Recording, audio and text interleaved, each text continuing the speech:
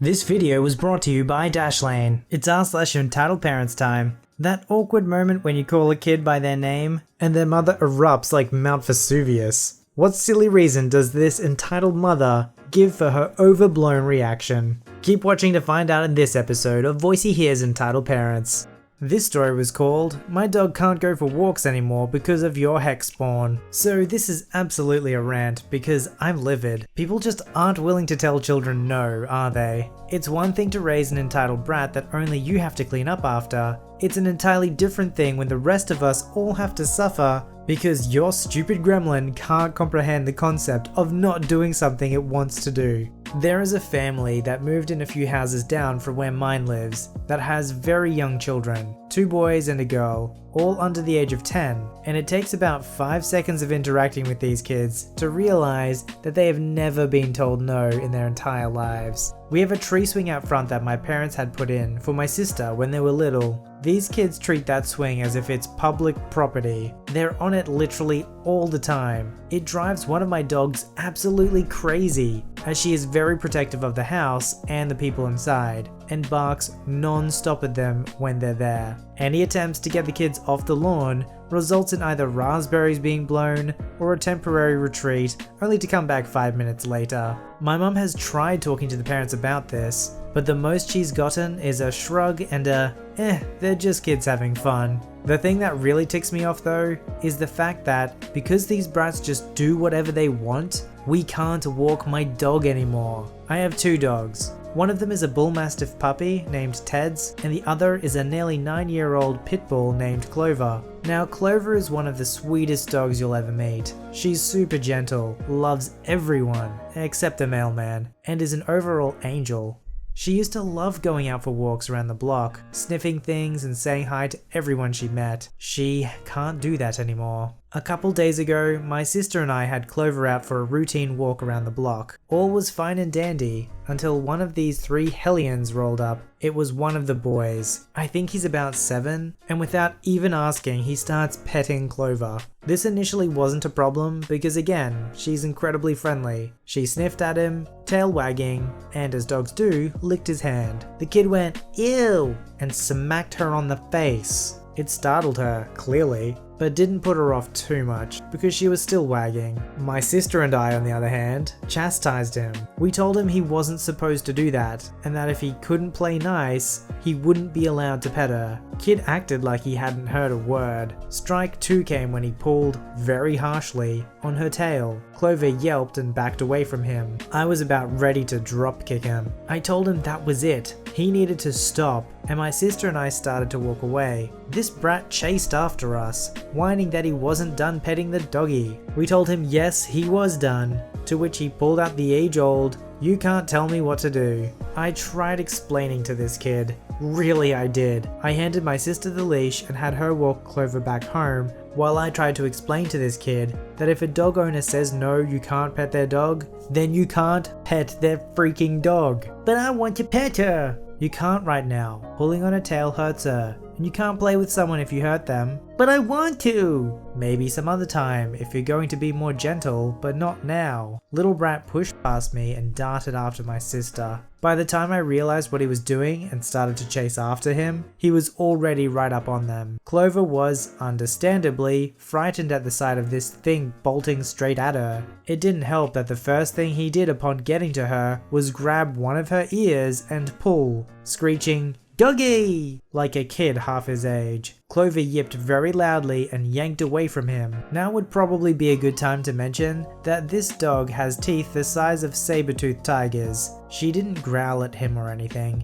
but given that he was right on her face this time, he saw those teeth very clearly when she yipped. Kid shrieks and falls over, acting as if she just tried to maul him. And my sister and I take that chance to run back home, a very frazzled Clover in tow. We explained to our mum what had happened, then braced for the oncoming storm. Sure enough, not 10 minutes later, we get a phone call. Mum picks it up to hear the dulcet tones of our neighbour screeching into the phone about how our demon dog has attacked her son.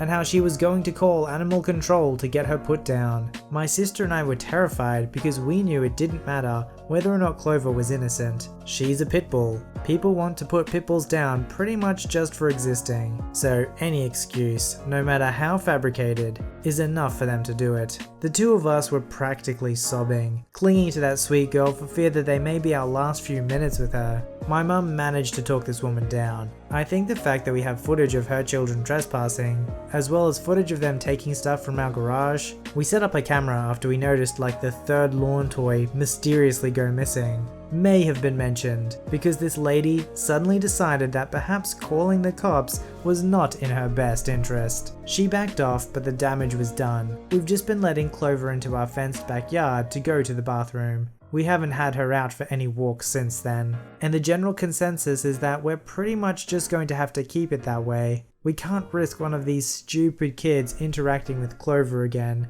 because A, they're probably going to get hurt, and B, anything she does in response to that could be twisted into her being aggressive. And then, that's it. Currently, we're at something of a stalemate. The neighbor knows that if she tries to do anything to Clover, her kids get in trouble. But we know that if we do anything to hold her kids accountable, she'll do her absolute best to get Clover put down. And with the pit bull, it isn't hard. Yeah, there's nothing quite like mutually assured destruction to create peace in a neighborhood. I mean, it works for neighbors with nuclear weapons, right? So why not with entitled parents? Except an entitled parent is more like North Korea. We're like, yeah, we don't really want them to have nukes.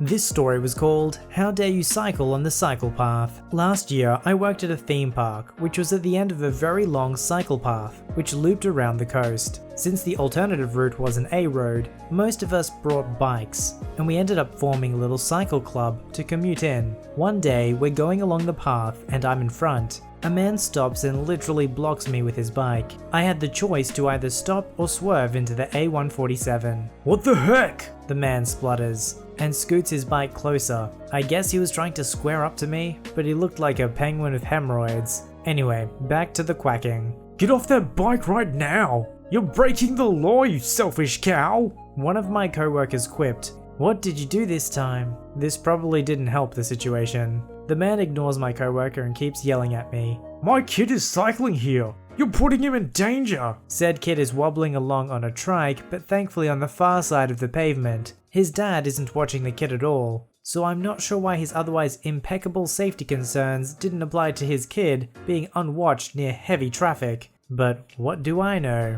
It's a cycle path, I point out. I'm allowed to cycle on it. "No you're not! Only children allowed on here!" He fails to remove his butt cheeks from his metal irony machine, but I make a point of looking at it. He points at the 40-mile-per-hour lorries and buses driving past us. "You have to get on the road or I'll report you!" Coworker stops sniggering at me for long enough to find his voice. "You're cycling on the cycle path too, mate." This triggers an almighty glare. "I'm looking after my child. You don't care that you're putting him in danger, do you?" At this we all burst out laughing. As I said, we all worked at a theme park as ride operators. We spent 9 hours a day checking harnesses, giving safety talks, running safety checks, and closely supervising children on our rides. We knew more about safety regulations than a paranoid hypochondriac in a herpes convention. But of course, the parent doesn't know why we're laughing. He growls and barrels past me, knocking my bike right to the lip of the curb, with me on it. His kid obviously wobbles past us,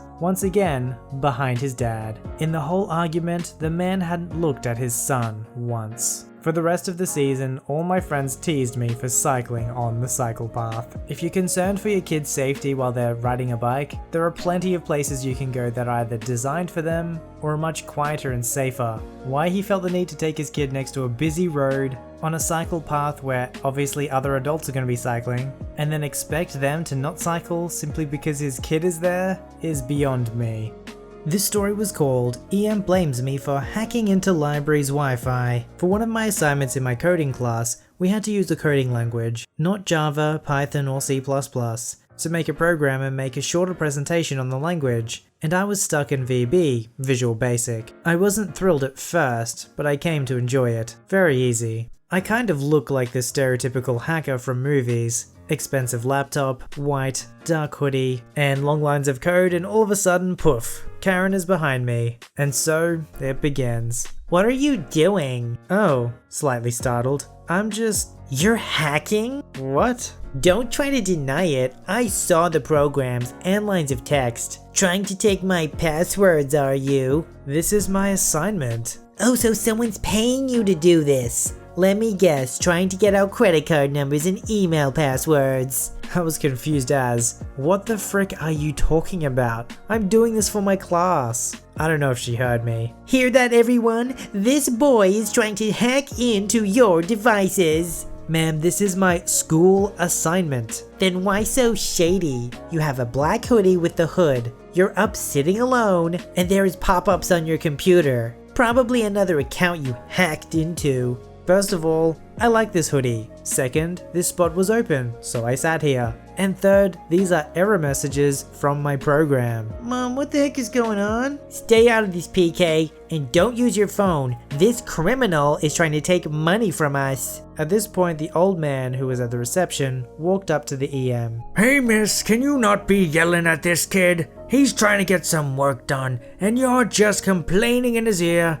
I'm deaf in this ear and I can still hear you. Now check out a book or get lost. That's it, let's go PK, we're leaving. And I'm calling the police on you for hacking and you for assault. The old man was about 3 feet from the EM. I think you'd be surprised how many people, particularly older people, don't really understand programmers or IT in general. So if they see someone coding, the only thing they can associate it with is hacking. That's not to say that hacking isn't a real threat, which is why we're so happy that Dashlane is one of our sponsors. Dashlane makes the internet safer and less stressful. You might think it's strange to store all of your info and passwords in one place, but Dashlane uses a master password to encrypt all of your data. Only you know your master password, as it's never sent or stored to Dashlane servers. That means even if Dashlane gets hacked, your information is completely safe behind your master password. Hackers thrive off weak and reused passwords. Dashlane lets you have complex and unique passwords for every account, because you no longer need to remember them. Equipped with a VPN, Dashlane can keep your internet activity private and out of the hands of your internet service provider or hackers or snoopers. Give Dashlane your email address and it will search the dark web for any instance where info tied to your email is leaked or stolen. From that point forward, you'll be alerted anytime your info is found where it shouldn't be. So if internet privacy and security is important to you, click the link in the description to get your 30-day free trial of Dashlane Premium. And you can also enter the code VoiceyHere to get 10% off Dashlane Premium. Now this code is only for the first 200 people who use it, so make sure you get in quickly.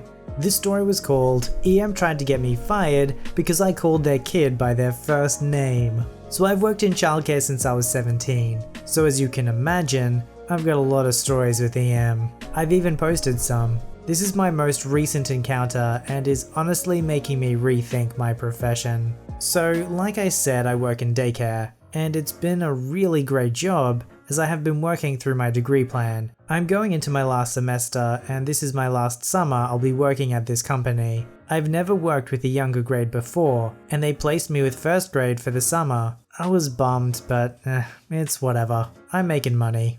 So Eugene, the kid, it's a fake name, is in my group of students. He was a pretty good kid. Didn't have to talk to him much because he was always reading. Well, his name on my sheet of kids was listed as Eugene last name, so for the entirety of the first half of the summer, that's what I called him. That's what he introduced himself as. That's what the other kids called him. One day I was leaving at the same time that Eugene was leaving, and I saw him leaving with his mum. He saw me and said, "Bye, mister," and I said, "Bye Eugene, I'll see you tomorrow." His mum flipped around so fast I thought she was going to get whiplash. "Do not call my son that." I was taken aback. I didn't even know what to say at that point. It was his name and what I had called him all summer. So I just nodded and the kid said, "She only lets people call me Julian." Fake name. So I let the mum know I would do my best to call him Julian and would make note of it. After this encounter, the kid was starting to really misbehave. I remembered to call him Julian and that was something that he seemed to respond okay to, but he still wouldn't listen. Well, one day he was climbing on something and he almost fell, so I came up behind him to try and catch him. He swung up at me and I moved back and said, "Eugene, stop." I corrected myself immediately and he looked at me, and I kid you not, "Mommy said I don't have to listen to you when you call me that." So basically I just called for a manager. When they came, I explained everything and told her about the name. She corrected it on the roster, but I was surprised the kid tried to hit me, so I called him by the name I learned first out of impulse. He got in trouble and the mum was ticked. She called the facility and said I was bullying her son, even though I had literally only slipped up with his name once. She stood in the office for, I kid you not, 2 hours demanding that I get fired. Basically, they told her to go away, and if she has an issue with the name, that she should have just listed him as Julian. It's not uncommon for people to have preferred nicknames, but usually they're shorter names of the actual name, not an entirely different name. If you want your kid to be called a different name, that's fine, you just have to not expect everyone to just magically know that that's what they're supposed to call them. Write it down in the first place, or just let them know that they have a preferred name. This fan-submitted story was called Mum Demands Free Special Event Tickets because she's already spent so much money here. Hi Voicey, I never really post in any subreddits, but I figured that dealing with my first ever entitled parent was special enough to share. You know them, you love them, meet the cast. Entitled Mum, me, manager. For some context, I work at my city's zoo. It's nothing special, I'm just a part-time cashier, and while I have several positions throughout the park, selling animal food or ride tickets, I spend most shifts working in the box office, selling admission tickets. During the summer, we host a special event on weekends where guests can buy tickets and come to the zoo after closing, and we have all kinds of food, performances, music playing, and lantern displays set up around a specific path that encompasses about half of the park. It's important to note that people can buy memberships to our zoo for a one-time fee, and that membership will get them into the zoo at no extra cost for 1 calendar year. It's more expensive than general admission, but for frequent visitors, it pays for itself after just a few visits. But the memberships don't cover admission for the lantern event because we don't run it. We're just a location for the company to use, since normally we close in the early evening anyway. If someone buys tickets pre-sale, they can save a little money, and members can save a little more than that. But if you show up after a certain time on the day of the event to get tickets, you're subject to our more expensive day of pricing, where none of our usual discounts apply, and everyone, adults, children, and seniors, are all the same price. On with the story. I'd been working a double shift in the box office when this happened, which I just thought I should mention so you get an idea of how little patience for shenanigans I had left. It's easier to keep cashiers for 10 to 14 hours than schedule more people for shorter shifts. The day hasn't been bad so far, especially for a Sunday, and we weren't really expecting a huge turnout for the lantern event, since there was a chance of storms that night. Lanterns go from 6:30 to 10:30, and attendance ranges from 1,000 to 5,000 plus, going up to 8,000 on the busiest nights. Crowds had shown up, but were manageable until this EM showed up at my window. I had my guard down since she didn't look like a Karen, and didn't have any kids in tow. Turns out they were waiting over by the entrance, but boy was I wrong. The conversation went approximately as follows. Hi, I need tickets for the lantern event tonight. I have 2 adults and 4 kids with me. Okay, that'll be the admission price for 6 people, over $100. What? How much are the kids' tickets? Everyone is under the same price tonight since we moved into day of pricing. I gestured to the sign in my window with the prices and policies clearly displayed. That's absurd. Why are they so expensive? My kids probably won't even make it through the whole thing. I'm sorry ma'am, we don't set the prices. I hear this complaint a lot, and most of the time I can diffuse the situation, or the guest just sucks it up and deals with the cost or heads back home instead. Don't you have any kind of discounts? The only discounts we offer are for pre-sale. Those prices are the cheaper price for the public, and even cheaper price for our zoo members. I'm a zoo member. She whips out her membership card and throws it through the slot in my window. I'm sorry ma'am, this only works if you buy tickets before the day of the actual event. I slide the card back. She starts going off about how ridiculous everything is when, lucky me, she hears the girl next to me sells tickets to her guest at the discounted member price. Our website is terrible to navigate, so sometimes when people have trouble buying pre-sale tickets or their card doesn't go through, they'll call our office and cash handling will put together a list of people who called and can buy tickets at the pre-sale price on the day of the event and bring it to the box office that evening. Those people will come up, tell us that they called and who they talked to, their name with an ID, and verify how many tickets they were trying to buy. Sometimes people will come up and say that they tried to do it online but didn't call, and if they're polite, I'm happy to give them the discount anyway. And the managers don't care, since they have a ton of other stuff to deal with in the park. Why did she get the discounted price? I explain our system. Well, I called too, and I should be on the list. I'm not buying it, but I humor her.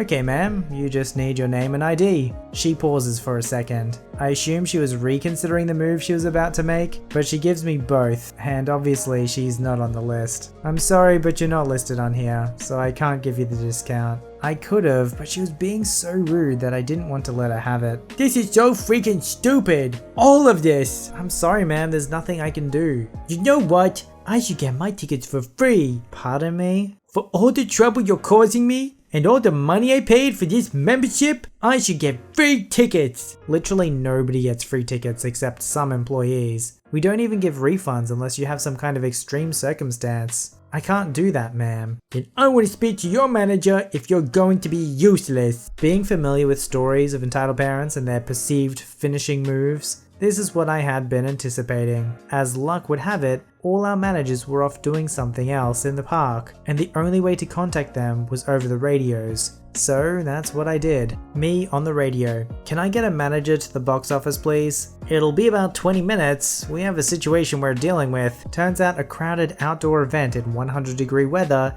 is a perfect recipe for lots of people getting heat exhaustion. So I relay this information to EM. She went off to tell her husband and kids, and I guess they didn't want to wait that long, because she came back, threw her card through my window slot, and paid the admission price. But not without grumbling under her breath the entire time, and telling me all about how she's going to call and get me fired, and that she's never coming back here again, despite that expensive membership. Another family came up a little later and mentioned how they tried to order online but it didn't work. They weren't on the list, but they had been nothing but polite the entire time. So I didn't hesitate to give them the pre-sale member price for their whole family.